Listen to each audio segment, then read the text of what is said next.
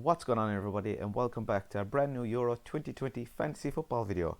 And in this video I'll be talking about players to avoid for match day 5. Of course, now the teams are back down to only 8 teams in the tournament, so it is getting quite difficult to have players to avoid, but I have picked out just a small few that you should take note of that are either risks or suspended or risk of rotation or etc. So let's get straight into it, guys. And the first player that you should avoid, of course, is Xhaka. Now, he is suspended, so that is the main reason here. He will not feature against Spain, so there is no point in bringing him into your team. And he's only selected by 1% of teams anyway, so it isn't a great deal. But just note, you should be avoiding him. The next player up is probably a more common player, and it is Berardi for Italy. Now, I have him myself in my own team, and I will be keeping him, but that's because I will only be taking probably a maximum of a -8 hit to field my starting 11. But if you don't own Berardi already, I wouldn't be buying him. But if you do own him, I would keep him. There's strong rumours going around that Chiesa will get the start ahead of Berardi against Belgium after coming on as a substitute against Austria and scoring. So I would avoid Berardi here, guys. It's too much of a risk, and Chiesa has been performing when he's come on. So the next player is a Spanish player, guys, and it's Gea. Now he's selected by 0% of teams, but note he did start match day 4 against Croatia.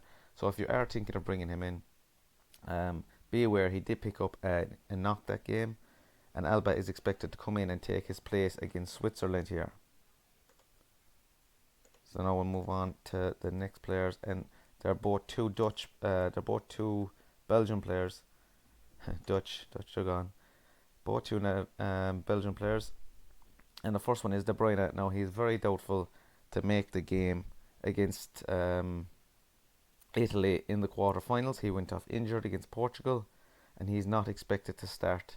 He is still not training with the team, and anyways, Italy are strong defensively. It's not worth having De Bruyne if he's only going to be a sub, which I think that's all he'll make.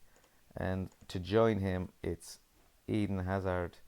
He also went off injured against Portugal and is highly unlikely to make the quarter-final clash with Italy. Like I said, Italy are strong defensively in a way, and having Hazard on your subs is not viable, and it does not make sense.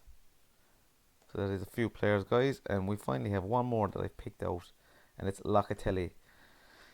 Now, he's probably harsh done by. He's selected by 20% of teams, but he is unlikely to start Italy's match day 5 against Belgium, as Verratti has now taken his place. Now, Locatelli did nothing wrong while he started. He scored 2 goals, and of course, he's 2 clean sheets.